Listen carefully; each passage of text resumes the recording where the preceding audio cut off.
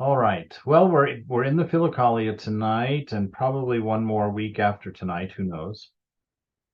And last week we were talking about your keeping your conscience clear. We had talked about the two previous forms of meditation or of contemplative prayer. The first method, the distinctive features were standing up prayer, raising hands, eyes and mind to heaven, keeping in mind divine thoughts, imagining celestial blessings, hierarchies of angels and dwellings of the saints, assemblies briefly in his mind, all that he has learned from the Holy Scriptures and ponders over all. So it's Lila Dhyana, really. It's thinking holy thoughts, speaking with God, having conversation with God, but very much in the active mind. And the second method, a man tears his mind away from all sense objects and leads it to within himself, guarding his senses and collecting his thoughts so that they cease to wander amid the vanities of this world. So that's the beginning of inner discipline, silencing the mind, bringing it into the presence, and corralling it away from its vices, from its outgoing nature. And then the third one we're going to jump into tonight. But on the way, he said for this third one that you have to be in good conscience, that you have to be in good conscience with God, and you have to be in good conscience with your guru, and you have to be in good relationship or good conscience with those around you. So your conscience has to be cleared, which is really bringing us to that point of inner integrity, where what we say and what we think and what we do are all the same. That we're not complicit in dualistic thinking, saying one thing, doing another. So it's kind of bringing the mind to that way and staying in good conscience. And this good conscience for meditation is very important, because I guarantee you, if your conscience is not in a good place, you won't have a silent mind. that thought is going to keep coming up, and there's going to be a trimmings of guilt around the edges and just a general discomfort. You won't feel integrated. You won't feel like you can sit before the Lord completely open, completely revealed.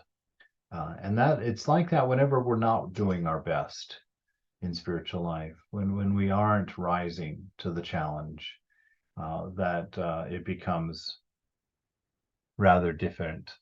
How do you clear the conscience? Good question. Well, clear the conscience, one, by acknowledging the misdeed, whatever it is, whatever's causing your discomfort, acknowledging it.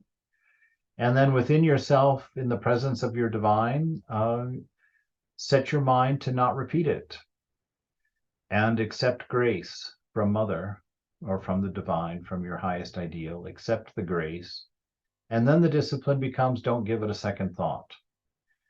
Quite often we're without faith when it comes to those things, and we keep apologizing for the same thing over and over again. We sit down to pray and we'll, oh God, forgive me, blah, blah, blah. And then we get down an hour later and pray again, oh God, forgive me. It's a very important thing when you offer something to the beloved, when you put it on the shrine, you don't pick it up again. That's the rule. That's the rule. It's like going into the temple and offering God a flower and then coming in a few minutes later and picking it up and offering it again. Once you've placed it before the Lord, leave it there. It's your faith that needs work at that point. You don't need to ask again. You don't need to entreat again. You've asked for it. Now work on your faith. When the mind brings it up again, say, no, we've laid that before the Lord. We're not going to think about that anymore.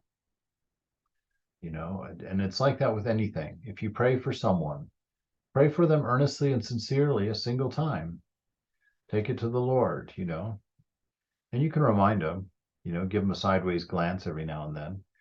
But it's really faith. Faith is the understanding you don't have to ask more than once. You don't have to beseech for it over and over. You certainly can. There's not much danger there as long as it's not a lack of faith. But my rule generally is to make that prayer and to leave it. And especially if it's a prayer of wanting to fix your conscience, wanting to apologize for having done something that might not have been the best for your relationship with the divine. For those, make quick work of it. Don't, because bringing it up again and again keeps it alive in the mind. And unfortunately, that produces a little bit of a weakness in your dam, in your rice paddy barrier. So your water's going to run out of it in time. So don't spend any time, picking on yourself, chastising yourself, being angry with yourself, being remorseful. Just lay it before the Lord and be done. That's the best way. Just be done. Get back to pure mind and carry on. And if the mind is insisting, no, you need to deal with this, then you take charge. The mind is your toddler. The mind is your disciple. So you have to train the mind to stay in line, right? And to leave what it has given to the Lord, to leave it with the Lord, and to not keep dragging you through it. So that's how we fix our conscience. Acknowledge the problem, apologize to anybody that deserves an apology, present it to the Lord, set your mind to not do it again, and to do your best, and forget it. Get back to your practice. Get back to enjoying the presence of the beloved. Nothing else needs to be done. All right. So he says, in relation to God, it is your duty to keep your conscience clear, permitting yourself no action which to your knowledge is distasteful or unpleasing to God. That's the practice. That's almost verbatim what Brother Lawrence was practicing. Just in every moment, make sure you're doing what you know is pleasing to virtue, pleasing to pure love, pleasing to God, to your ideal, to your highest ideal, and stick to that. Don't give yourself permissions. One of the dirtiest tricks of the mind is seeing your vice as a reward. Oh, I've gotten up at 5 every day this week. This morning I can sleep until 9. Oh, I've disciplined myself and not eaten any desserts this week. I can have a piece of cake today. It's when we take our vice and treat it as if it's a reward. That's a warning sign. That's a big warning sign inside. You have not yet done your discernment. You've not yet done your discrimination. Because if you've done your discrimination, we don't return to those things. We're done with them. And we remind the mind why we're done with them. Lord, the mind, there's nothing there. That comes and it goes. Look at how hungry you are for it all the time. It simply does nothing for you except break down your willpower and break down your health, your mental health, to go that direction. And so we keep that discernment alive. Don't treat your vices as a reward. If you want to give yourself a reward, give yourself something positive, something that you don't have to curtail to stay healthy mentally and physically and spiritually. So, and when you find what Brother Lawrence's practice was, he says, if I found I was doing something that I shouldn't be doing, I simply stopped and got back to my practice. If I wasn't doing something I should be doing, I started it and got back to my practice. I did not give myself much discouragement. He didn't make a big deal of it. He just did what was right in the moment and moved on. And that's the blessing of grace. Grace allows us to not have to drag ourselves through the mud over and over and over again for our shortcomings. The ego does that on purpose because that breaks down willpower, and then the ego stays in charge. The ego will keep you busy. In relation to your spiritual father, to your guru, do only what he tells you, allowing yourself to do nothing, either more or less, and proceed guided solely by his will and intention. Yeah, so with your teacher, don't add instructions to it and don't remove instructions to it, and don't do anything different from what they say unless you have talked to them about it. Because the role of the guru is ego destruction. The point of the guru is to get someone besides our ego driving our spiritual life, because the ego has to die. We don't want to exercise it. We don't want to keep it healthy. And so obedience to another, to an outside entity, is very necessary, actually. It's the means for ego busting. The monasteries are a grand place for ego busting. You can join and become a brahmachari there and never be asked for an opinion again. It's it's wonderful in that sense. It's great for ego busting, and that's the point of it, because you join the monastery, you have absolutely no will of your own.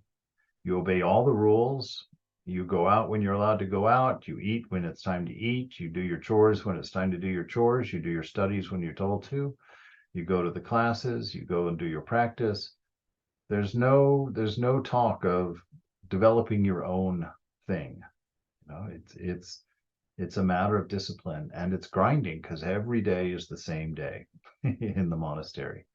There's no weekends, there's no vacations, there's nothing to break it up. Every day is the same routine, on and on and on and on. And it really, really, really, really does a great job of grinding that ego down. So we want that. We invite that into our life. And obedience to your teacher, to your spiritual teacher, is a great advantage for that.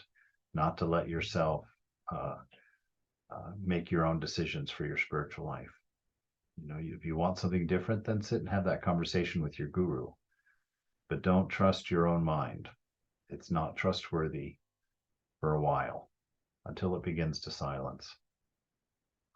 In relation to other people, you will keep your conscience clear if you refrain from doing to them anything you yourself hate or dislike being done to you. That's the golden rule. So if you haven't treated somebody as you want to be treated, apologize to them.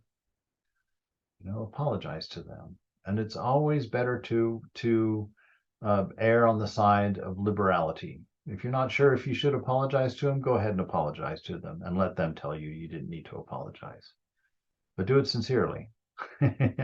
Don't apologize and hold a grudge. That's nonsense. If you apologize, it's just like leaving something at the shrine. It's offering it to the Lord. You've apologized, you leave it there, because the mind will want to pick it up, especially the next time there's a problem. The mind will pick it up again to smack them with it. Oh, yeah, well, remember when you... And that's the way that is. Don't do it. If you apologize, lay it down and leave it. It's gone. Forget it. Don't bring it up again. That is not an attractive feature to God or to anybody else for that matter. In relation to things, your duty is to keep your conscience clear by always using them rightly. I mean food, drink, and clothes. There should always be a respect in all of those things. Food is for nourishment. Occasionally there's some enjoyment in it, yes, but don't let food become enjoyment. That will get you in trouble. That'll have you buying 2 airline seats for yourself in no time at all. So don't pursue food as a pleasure. And don't abuse things in your house. This is believe it or not, it's so silly to think about, but this is one I struggled with for a while. I would be vacuuming and that stupid cord on the vacuum would pull out from the wall, and I would have to tell the vacuum what I thought about it, and I'd stomp over and pick that thing up and plug it in again, scold it again, and go into the other room. Getting frustrated, being short of patience with inanimate objects, it counts. It's not a good thing. So your conscience is the way you live within yourself with everything. It's always having a positive, loving, compassionate, gracious attitude toward everything and anything, as much as you can possibly manage to do, hopefully approaching always. So this is how we go on with life. And if we do that, then our spiritual life is very smooth. The sitting is a real pleasure, because if your vices build up, you've got that avoidance thing that turns on. I'm not going to do it sitting this morning. I'm just going to do 10 minutes today.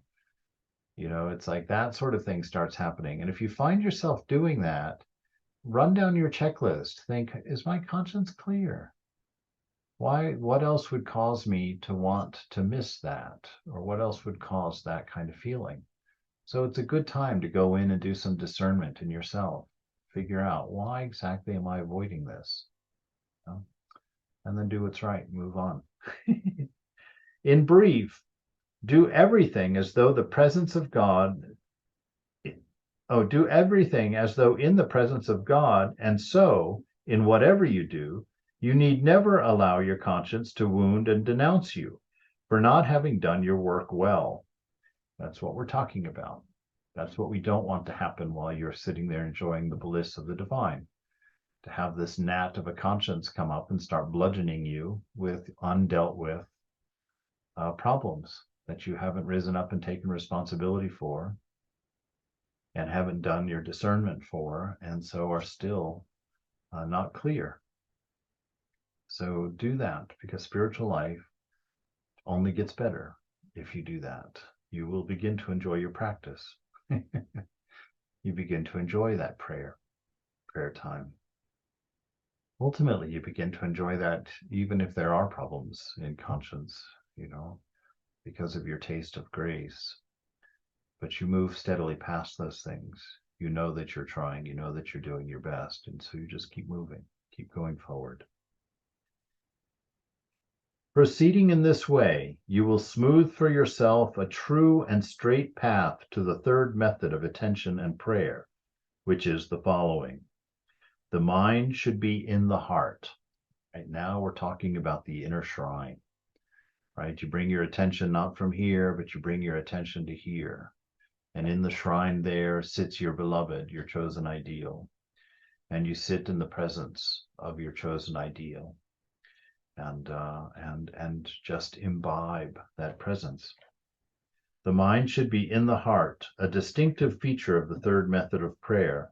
It should guard the heart while it prays, revolve, remaining always within, and thence from the depths of the heart, offer up prayers to God. And I think, the prayers that go up to God are an openness. At this point, at this level of prayer, at this level of communion, there's not a lot of words involved. There can be words, but they're rare. There's a lot of om, om, where you put your mind on as if you're laying in the light of God, if you're just opening your heart up. So your prayer is a matter of revealing yourself to God, opening up your prayers, open up your heart, open up the depths of your mind, open up your experience. Just open everything so that the Lord can see what the Lord wants to see, and the Lord can do what the Lord wants to do. And you just enjoy that beautiful working of love, that wonderful working of redemption that God is busy with in you, putting you back together again. So everything works as it was intended, that your life would be blissful, that your life will be fulfilling, that your walk with God will be a great deal of fun and a great deal of peace. So you remain deep in the heart. You remain opening your inner self to the beloved. You hold on to that name of God. Just simply more to bring your mind to the presence, to the moment, to your awareness, to your own awareness. So you become aware of your own awareness in that silence, in that inner space of the heart. And that's when, to me, that's when spiritual life gets really good.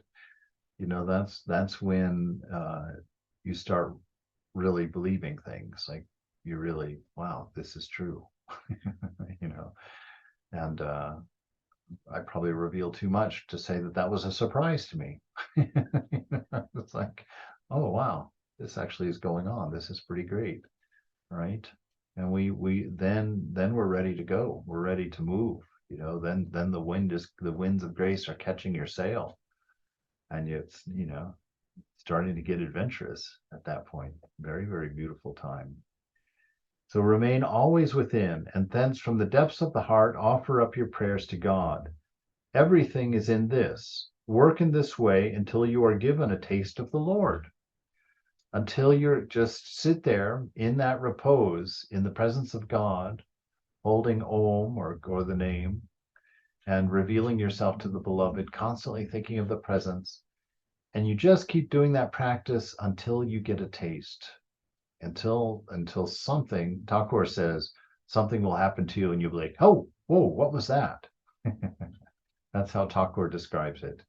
Something inside you, you touch a bare wire that has unconditioned love running through it, and you get a shock, your first taste of unconditioned love, and you're amazed. You have nowhere to put it. You're like, what in the world was that? And it's both a blessing and a curse. It's a blessing because it will change your life forever. Uh, you'll know that what you want lies there. It can be a little bit of a not a curse, that's way overstated, but it'll leave a wound. It will leave a wound in you that cannot be treated by any other means except the presence of God.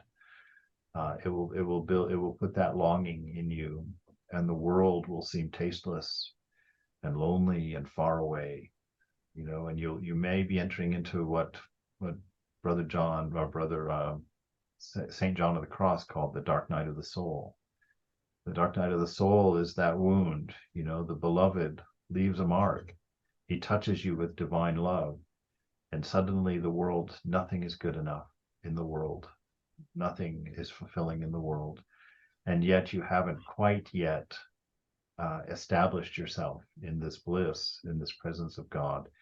And so that longing, we see that in Ramakrishna, that longing is so intense. He would lay on the ground and rub his face in the dirt, weeping.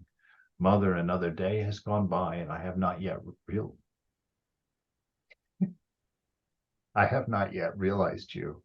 And how desperate he was for the knowledge of God, because that's what happens at this point, at this phase of prayer. You get touched by your beloved finally. Just a quick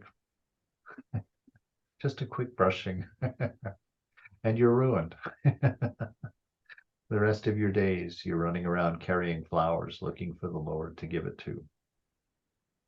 When the mind there within the heart at last tastes and sees that the Lord is good and delights in him, the labor is ours, but the tasting is the action of grace in a humble heart. Then it will no longer wish to leave this place in the heart. Then it will say the words of the Apostle Peter, "It is good for us to be here," and will always look inwardly into the depths of the heart, and will remain revolving there, repulsing all thoughts sown by the ego or by the devil. This is the third method of attention and prayer, practiced as it should be. So yes, that's when you get established, the spiritual energy gets raised up to the heart. And Thakur says that when that inner energy comes up to the heart, you don't want anything but God at that point. You're like, you get it. You're like, wow, there is nothing like this. There is nothing like this. And you just, hold on. You just hold on. But you know that grace is there. To those who have no knowledge of this work and no experience of it, it mostly appears difficult and oppressive.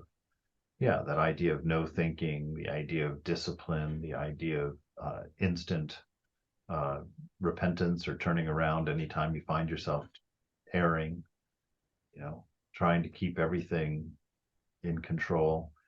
It can seem horrible, sitting on the floor in a room by yourself for an hour, every morning. But those who have tasted the sweetness and have enjoyed it in the depths of their heart, they cry with the divine Paul, who says, "Who will separate us from this love of Christ?" Therefore our holy fathers, hearkening to the Lord, who said, "For out of the heart proceeds evil thoughts, murders, adulteries, fornications, thefts, false witness, blasphemies, and these are the things which defile a man," hearing also that in another place of the Gospels we are instructed to cleanse first that which is within the cup and platter, and then the outside of them may also be cleaned, have renounced all their spiritual work and concentrated wholly on this one doing, that is, on guarding the heart, convinced that, through this practice, they would easily attain every other virtue, whereas without not a single virtue can be firmly established. Yeah, virtues are not something we actually have to acquire. The virtues dwell within you. They're your nature. And they express themselves when you're free of ego, when the mind is silent and the heart is open. That's when the virtues come to light. But this process of coming to this place, these three segments of prayer, they're kind of a sequence of growing into this place. And through that growing, from the very first day we take our initiation, we start with the purification. We start with not letting me and mine be the guide of our life, be the nature of our life. We start to work, putting to death the vices, which are the manifestation of me and mine. And that work has to be done. That's the yamas and the niyamas, the things you should be doing and the things you shouldn't be doing. And we practice those continually. It's important to know that if you're not doing that work, if you're not renouncing, and you're not discerning, then your spiritual life is just sentimentality. And that's a dangerous thing. Love without renunciation is just sentimental. It doesn't have any depth. It won't carry your boat across the sea. All right. So you have to be doing the work. You have to be doing the discipline. You have to be doing the discernment. You have to be clearing your conscience and staying true to yourself, staying true to your word, staying true to your thoughts in all of your actions, so that you have that integrity, so that you're able to say, no, I'm not going to do it. And you know that you mean it. If you're not accustomed to this practice, to these practices, then you won't be able to find the integrity to steer the boat. You won't be able to say, I'm not going to do that again. And even when you do, there's a part of you that doesn't believe yourself, right? And that's because the work hasn't been done. The integrity hasn't been established yet. So we have to work on that, but we don't get discouraged by it. We just keep the pressure on. We just keep working on it. Keep going, keep going, keep going. Always it's grace. In the end, it's all grace, but we have to keep the pressure on. Prabhupada used to say to me, that the main reason we practice is to prove we can't do it. Because only then does the ego die. As long as the ego believes you can do this, I've got this, I can do this. As long as that thought occurs in us, we're not humble enough to accept unconditioned grace. You see, unconditioned grace requires an unlimited humility. You have to know that you can't do this, and you can only know that you can't do this by trying the very best you can with all of your energy and failing. And failing, so that you can truly turn to God in a prayer that is your very, very deep and broken self, that quiet and contrite heart that turns to God and says, help me. I can't do it. I can't do it. I so desperately, desperately need you and want you, but I can't do this, and it cries. And that's the cry that the mother hears. That's the cry that causes her to put down the cooking in the kitchen and to run into the playroom and to pick you up and bring you back with her, right? But that doesn't happen without hard practice, without a real attempt on your own part to do this and to touch the beloved and to know the beloved. Some of the fathers called this doing silence of the heart. Others called it attention or awareness. Yet others, sobriety and opposition to thoughts, while others called it examining thoughts and guarding the mind, right? These are all the different practices. You could actually, if you read through that little list, you could line up different practices that the Vedanta teaches you in each one of those states. But it's all pointing at that same thing, that silent space within you that is the unchanging absolute presence of the beloved, from which your life is inspired, from which your life is expressed, never reacted, always expressed in an inspiration. God is in front of you, inspiring you. God is not behind you, driving you. That's the difference, right? If you feel driven in your spiritual life, ego's in charge. If you feel inspired in spiritual life, the divine is in charge. So it's a good way to check inside how you're feeling, how you're feeling. The ego will drive you, and it's unforgiving and it's mean. And so you won't be inspired. You'll feel haggard. You'll feel tired. You feel like you need a vacation. You feel like, oh, I'm not going to meditate today. I'm so sick of this. Then the ego's in charge. And it's a good time to sit down and talk to the heart and say, oh, heart, I'm so sorry that I've been abusive. Let's go sit before the mother together. Let's go sit in peace for a moment and leave the ego out of this. Let's just go enjoy Ma. So all these ways. So the silence of the heart, that's that quiet. Ili Chiaro's extremely big on this silence of the heart. Calling it awareness. That's Eckhart Tolle's approach, this awareness of awareness. Not just Eckhart Tolle, but Ramana Maharshi also. Become aware of awareness itself. That awareness is the watcher, the observer, the witness. That's the true self. And that's the part that's so complicated, because the awareness can't be turned on itself. It is the thing itself. It is that which is aware, and it is the awareness itself. And so it's the eternal subject. So it can't be an object. It can't be objectified. And that's that's the trick we were talking about this morning. Sobriety and opposition. That's that practice of not being in a state of mind. So you've killed the states of mind. Your state is of silence. You watch the mind. It's like you can do that Buddhist meditation where you can watch thoughts arise, name them, and let them pass again into emptiness. Let them come and let them go. Let them come and let them go. Recognizing the divine in all of them. Sitting there with mother, as it were, watching the changing change in front of you.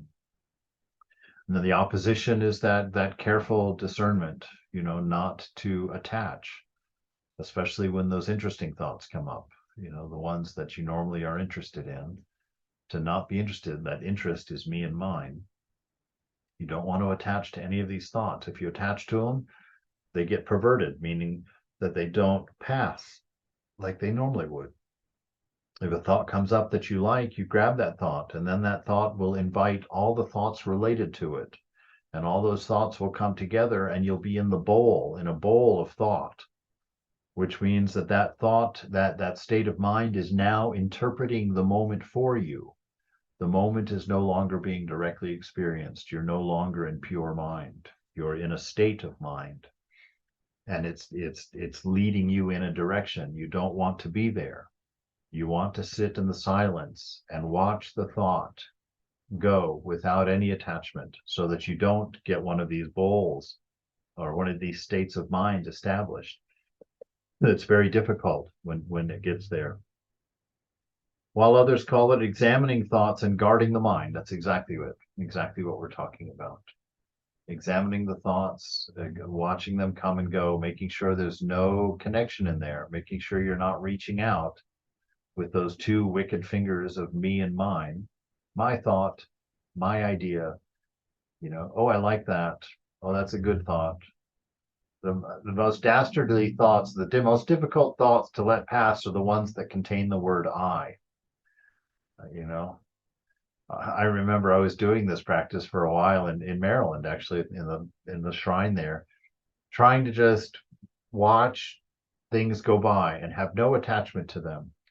And I actually think I managed to do it for about 1/8 of a second, and I felt such a welling up of a joy, of a bliss inside, that suddenly the thought went across the mind, I'm having a great meditation. And I didn't catch it. I attached to it. I thought that I that was mentioned in that thought was me.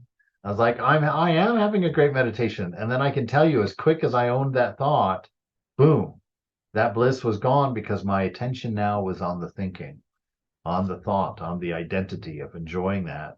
And suddenly I tried to objectify the feeling. I tried to oh, yes, I want more of that. And I tried to go get more of that. But that was coming from what I already have. It wasn't something I had acquired. And so when I took my mind off of it through attachment to thinking, it disappeared, But since I was in a state of thinking, I was in one of those bowls, I thought that I had to go back and do that practice again that gave it to me. That's all a lie. Practice does not give it to you. Practice allows you to come to that state where you're not doing anything and you become spontaneously aware of your nature. That's what bliss is. That's what that great joy in meditation is. It's when you are not objectifying anything and running after it. You are simply sitting in the silence of the self, a very pregnant and full silence, an amazing, rich experience of silence. Silence in that case is not the absence of things. It's the fullness of things, right? It's the fullness of things. They all practiced it preeminently and through it received divine gifts. Ecclesiastes means the same thing when he says, "Rejoice, O young man, in your youth, and walk in the ways of your heart, in purity, withdrawing the heart from evil thought." In another place, he speaks of the same. "If the spirit of the ruler rises up against you, leave not your place." By place, he means the heart. Okay, so this is that whole thing there. If the spirit of enjoy your youth, rejoice, O young man, in your youth. This is twofold here. They're like, well, youth is fleeting. Well, it's not fleeting for the immortal. And if you're sitting in that silence of mind, you're in the place of immortality, because there's a place of no change outside of time with no causation. Mind gives us all of that as an illusion. So when you're sitting in that silent space within you, you are in your immortal self. Enjoy your youth, O immortal self. Enjoy your eternity, your fearlessness in that immortality. Absolutely. And walk in the ways of your heart, of your nature, your heart, which is the image of the beloved. Walk in that. Let that exude. Let that express in everything. Let it out. That infinite energy that's been pent up and caged by the ego. Now it's free. Now it's free. It doesn't have to coddle the ego anymore. So it can give of itself freely without worrying about whether it's getting enough back or not. It can love freely without wondering whether the person deserves it or not. It can apologize freely without worrying whether it was at fault or not. All of those limitations that have crippled your expression of your divine nature are gone. And you walk freely in the ways of the heart. In purity. Purity means with no me in mind, no thoughts of the small self. You are seeing and experiencing a walk in the divine. And everything is divine to you. Everything is lovely. Everything deserves worship, whether it's a worship of the terrible, or whether it's a worship of the beautiful. It's all worship. Withdrawing the heart from evil thoughts. Now, we could say evil thoughts are a type of thought, but is it possible that he's just saying, don't think, don't let thoughts needlessly arise? They are what cause all of the troubles that he mentioned just a couple of sentences ago. Allow the silence. Enjoy the silence. Sit deeply in the silence. If thoughts come and let them go. But sit in the silence. In another place, he speaks of the same. If the spirit of the ruler rise up against you, leave not your place. So don't be taken out of that space. Don't attach to a mode of thinking. Don't wander after the ego or the things that the ego is whispering very subtly at that point, but whispering to you. Oh, you've been sitting here so long. Let's get up and go. Let's go do our thing that we have to do. Let's go take care of that thing, whatever it is. By place, he means the heart. The Lord, too, tells us in the Gospels, neither be you of doubtful mind. Do not a doubt about like meteorites. Do not rush hither and thither with your mind. And again, in another place, he says, blessed are the poor in spirit. That is, blessed are those who have no attachment to the world in their heart, but are destitute of all worldly thought. All the Holy Fathers wrote much about this. Those who wish may read their writings and see what St. Mark the Wrestler has written, or St. John of the Ladder, Hesychius of Jerusalem, Philotheus of Sinai, Abba Isaiah, Barsaniphus the Great, and many others. All these different church fathers who have writings and teachings that you can go dig up. I was completely unaware of these church fathers before I went to Holy Cross Monastery and lived with them for a year.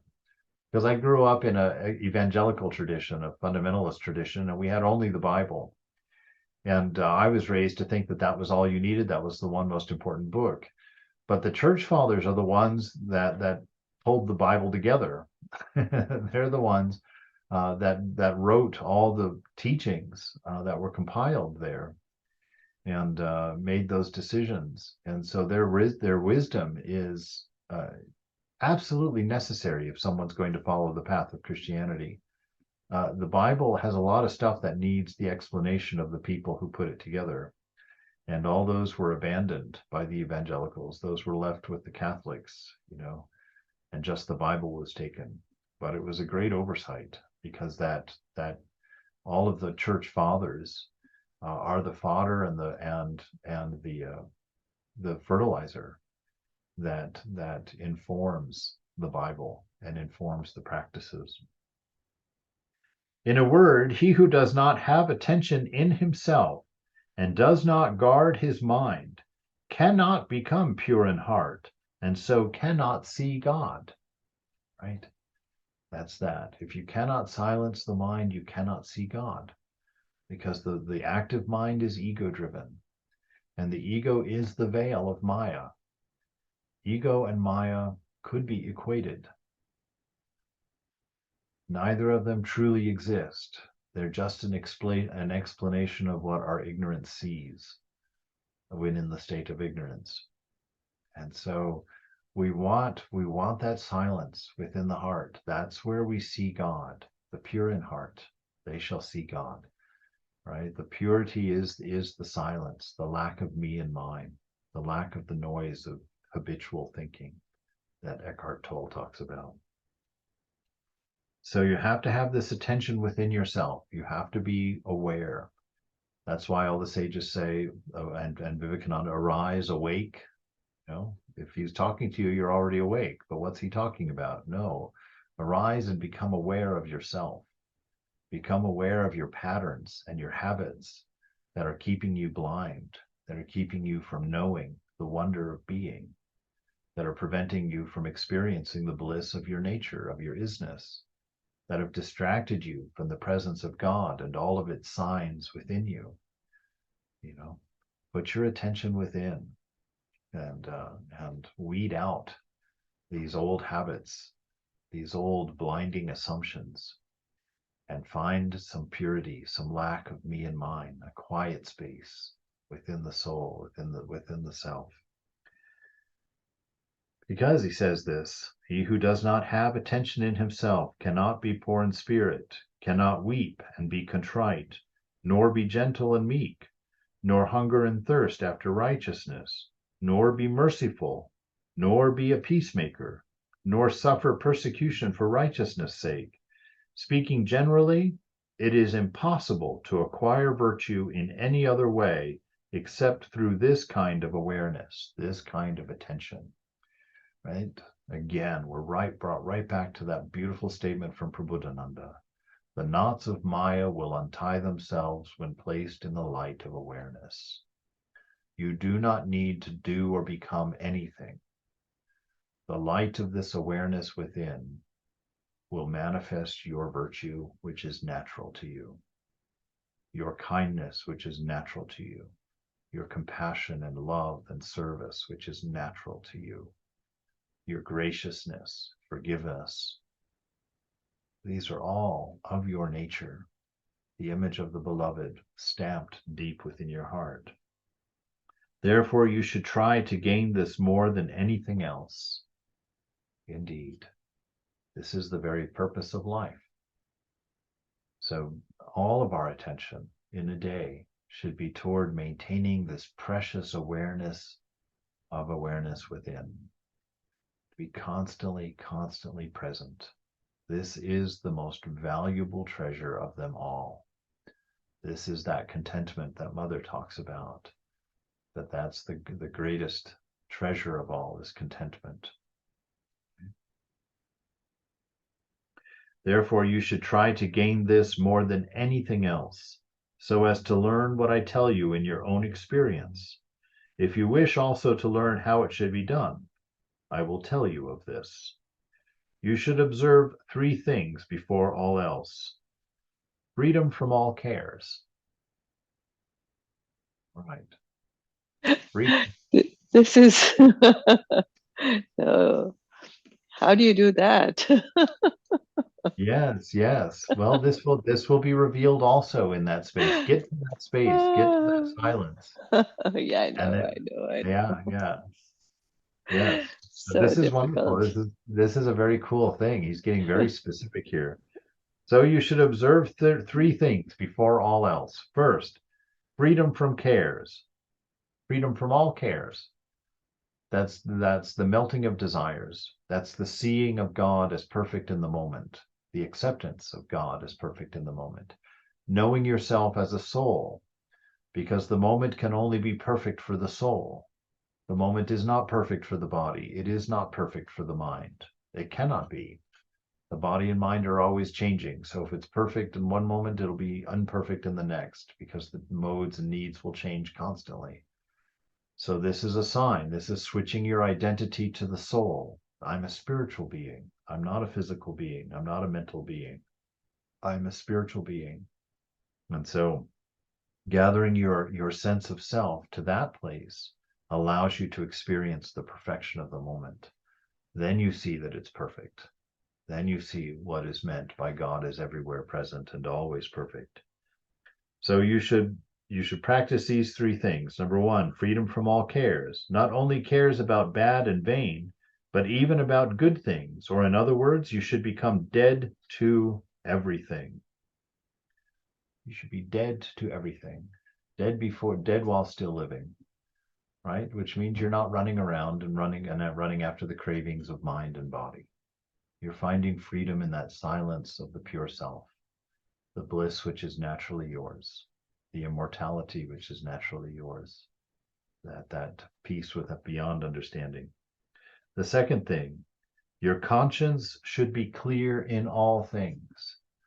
So we're always checking, is my conscience clear before my own self? Is my conscience clear before my teacher? Is my conscience clear in my relationships with others?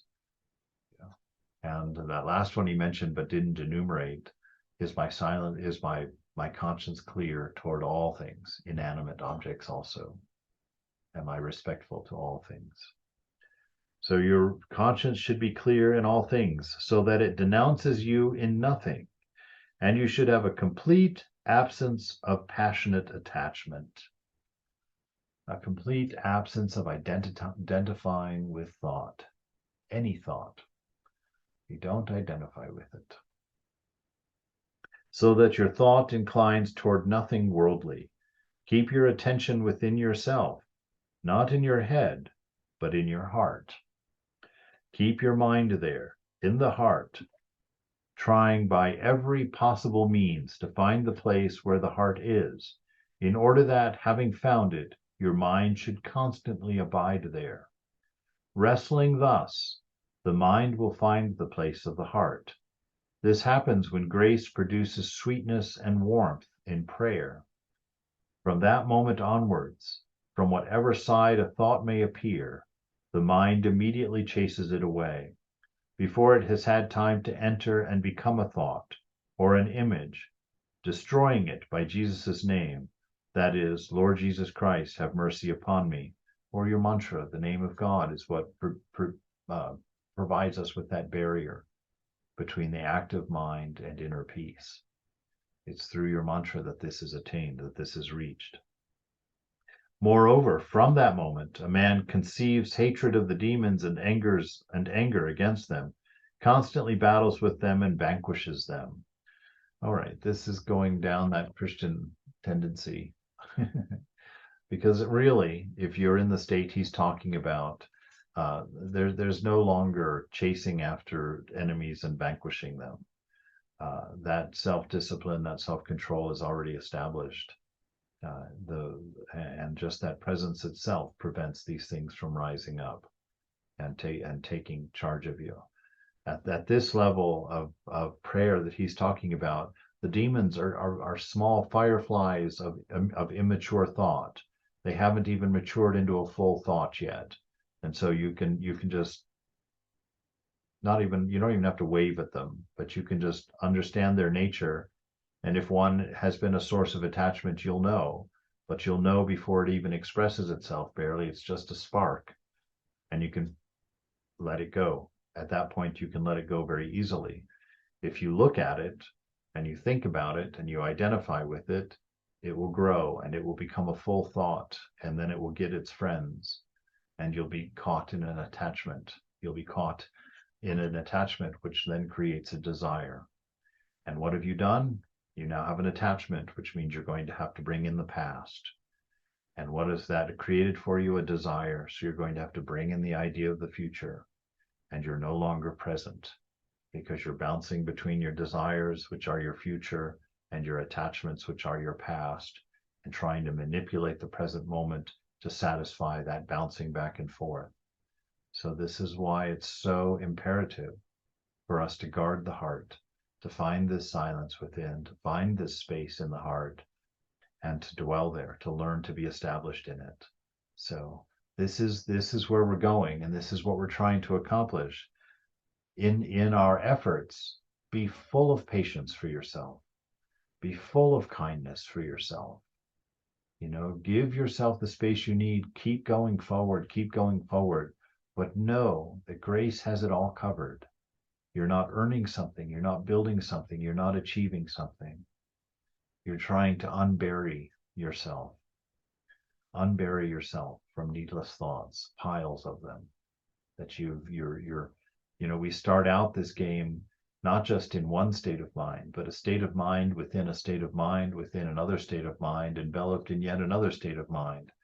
And it takes us sometimes years, depending on how we've lived our life, to weave out of one state and then realize, we're in a second state. Now we weave out of this one, we weave out of that one. And then finally you touch that live wire of unconditioned love inside. You shock. Oh my God, what was that? The cobra has bitten you. And now life without the divine can never fulfill you. You're hungry for nothing but love and purity and sweetness. And you dive in, and the Divine Mother hears your call and comes and picks you up, and the winds of grace are howling. Your boat is soaring. And life is delicious. Life is full. As to other results, which usually come from this work, with God's help, you will learn them from your own experience by keeping your mind attentive and in your heart holding Jesus, that is, his prayer, Lord Jesus Christ, have mercy on me.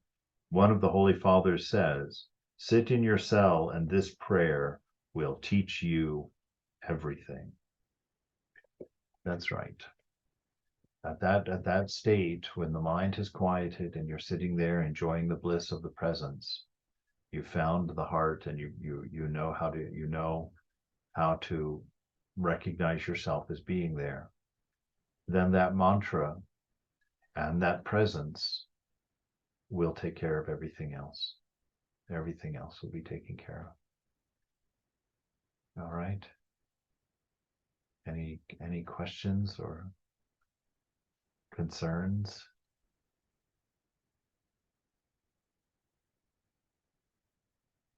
It's beautiful to see it talked about in this way, in a very different approach, but talking about the very same things, Ganga has a question, Swami. Oh. Ganga has a question. Let me check my. And then Kamala, I guess. Okay. She has her hand up, Ganga does. And then Kamala does. How can you clear his conscious? Oh, machine. Ego busters. Okay. Anybody else have a question or anything? There's nothing in the comments for a question. I can ask, Maharaj, because Okay, Ganga is not asking. Very small, just trying to understand this. You were talking about um, once you have a prayer, just do that prayer and just leave it alone. Do not keep on asking for the same thing over and over again. Uh, Yes, I can understand that about your when you do a mistake or whatever, not just to keep on dwelling on it. right. But in the gospel, talks about pestering mother, ask for just like a kid will ask for a penny and keep on pestering, and mother will throw a penny at the kid. So Yes. I'm trying to connect both of these, how to understand this. I'm sorry. Yeah. Well, he's talking, Thakur in that space is talking really about that first section of prayer where God is clearly other to us and we're in relationship with God as other. And so we're praying to him and talking with him and complaining to him and all of that. Then yes, you that tamasic devotion. Give me my realization when you promised. I want it. I want it. I want it. Uh, in that sense, yes.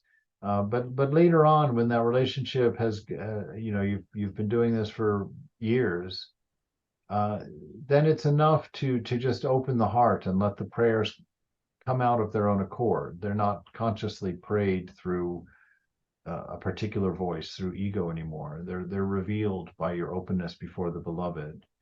And it's all right. It's all right to name them to the mother. I've prayed to you, Ma, about that. Please hear that. Like that. So yes, there's nothing. When I say don't pick your prayer up again, it's not a rule. Uh, it's a statement of faith. Mother will answer your prayer. The best prayer is not for particular things. The best Yeah. prayer for somebody else, like if somebody is sick in the hospital, your best prayer is, Mother, may your will be done for this person. Please help them Yeah. see your will. Please help them understand your will. Please help them, give them the strength they need to endure. A lot of times we want to pray that they get better, that they survive, or one or the other. That's not a safe prayer because that's our own ego asking for things that may not be in that person's best interest. But if you pray to the Lord, beloved, please do you let your will be done, but bring them along with your will. Help them to see the perfection of this. Help them to see the delight of this. Help them to see what you see in this. And So that's I'm pestering always, my always prayer to her is to for her to give me a drop of love for her. That is all yes, I'm asking. Never happens. I feel her presence, her love flowing all around me, but there is nothing, not even a drop I can give her. no, that's not true. Um, Kamala, nobody could come to this many classes in a row and not have a drop of love, especially you. Maybe you can't see it. The rest of us can look at you and see it, though. There is great love there. For some reason, you, well, I won't, let's not jump into your business here, but No, that's okay. for some reason, you won't allow yourself to accept that. You won't see the beautiful you that is blossoming, that is coming out, that can be seen in your eyes by the rest of us. You know, Mother has given you love. What else do you think is motivating you to do all of this, to come to all these classes and to do prayers and to do your practice and even to pray for that kind of love? What is motivating you to pray for even that kind of love? But love, you have the thing itself already. Just recognize it because that love is all that motivates us.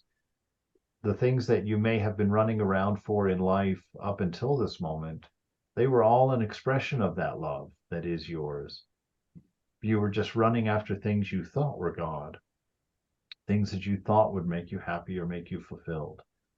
But now that you're narrowing that down, that love will start running toward Mother because you're starting to see, or will be able to see, that she's the fulfillment of all objects of desire. She's the beauty of all sensual experiences of the world.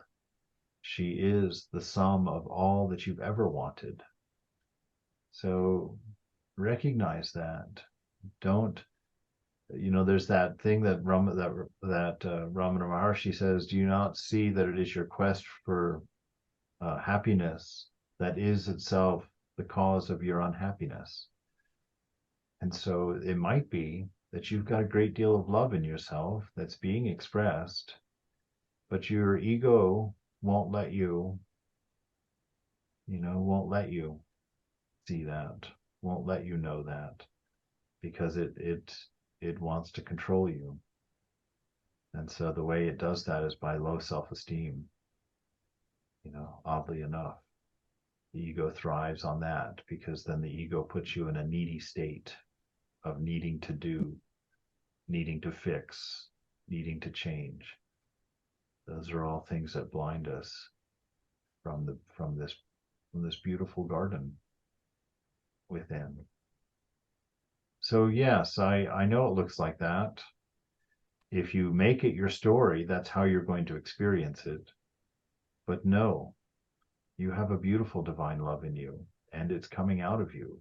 It can be seen and experienced by people around you. So embrace that. Embrace that lovable you. Thank you, Maharaj. Yes, indeed. Yeah, I think, Kamala, I also go through periods of that.